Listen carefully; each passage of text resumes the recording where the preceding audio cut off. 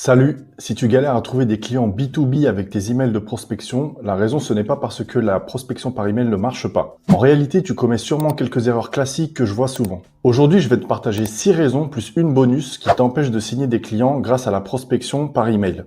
Et je vais t'expliquer tout ça de façon simple, sans jargon de marketeur. Raison numéro 1, tu n'as pas défini ton ICP, ton client idéal. Alors ICP, ça veut dire en anglais Ideal Customer Profile. En bon français, c'est juste ton client idéal, son portrait robot en gros. C'est celui qui a vraiment besoin de ton produit ou de ton service. Le problème, c'est que beaucoup de personnes qui prospectent envoient leur email un peu au hasard à des listes trop larges avec un mauvais ciblage. Résultat, tu contactes des gens qui n'ont ni le besoin, ni le budget, ni même l'intérêt de t'écouter. Pour te donner un exemple concret, c'est comme vouloir vendre des pneus neige à quelqu'un qui vit sur une île tropicale ou de la glace à un esquimau. Tu peux envoyer 1000 emails, tu n'auras jamais de clients même s'ils sont très bien rédigés. C'est comme essayer de rentrer des carrés dans des ronds 1000 fois d'affilée, ça ne marchera jamais. Raison numéro 2, tes messages sont trop centrés sur toi.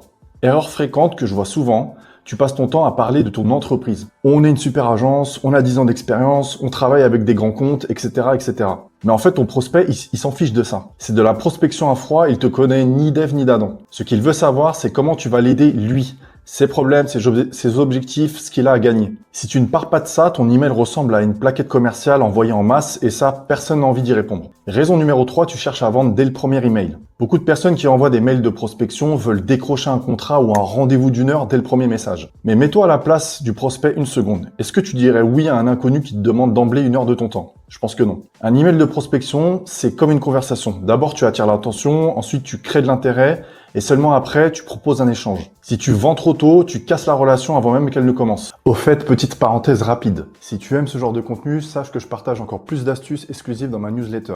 L'idée est très simple. Chaque semaine, tu reçois dans ta boîte mail des conseils concrets pour générer plus de leads, passer ta prospection à l'échelle, mieux utiliser ton CRM, améliorer tes méthodes, tes processus commerciaux et marketing en automatisant certaines tâches et mettre l'intelligence artificielle au service de ton entreprise. C'est du contenu que je ne poste pas ailleurs, ni sur YouTube, ni sur LinkedIn, ni sur toute autre plateforme. Si tu veux avoir une longueur d'avance, je te mets le lien juste en description. Tu cliques dessus, tu t'inscris en 10 secondes et c'est réglé. Merci de m'avoir écouté, je te laisse continuer la suite de la vidéo. Raison numéro 4, tu négliges la personnalisation.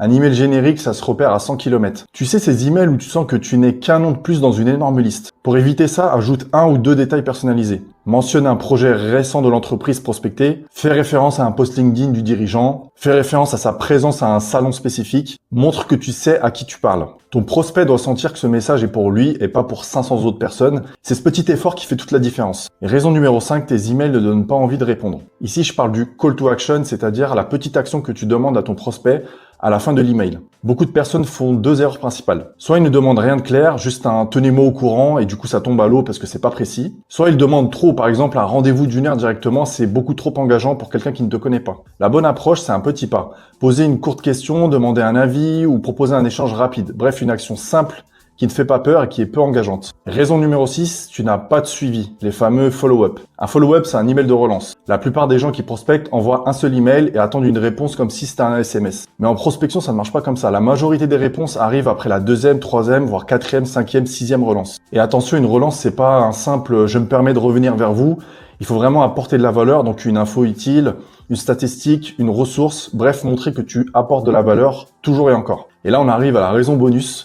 Ton produit et ou ton service n'intéresse personne. Alors celle-ci a fait un peu de mal et elle est parfois dure à entendre, mais j'étais obligé de la mentionner.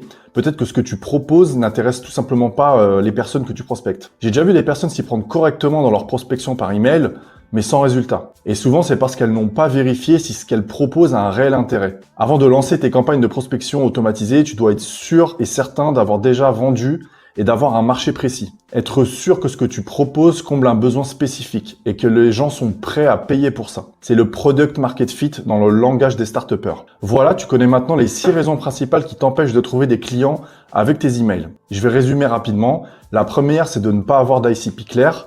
La deuxième, c'est d'être trop centré sur toi. La 3e, c'est de chercher à vendre dès le premier mail. La 4e raison est de ne pas avoir assez de personnalisation. La 5e est de ne pas avoir d'appel à l'action efficace.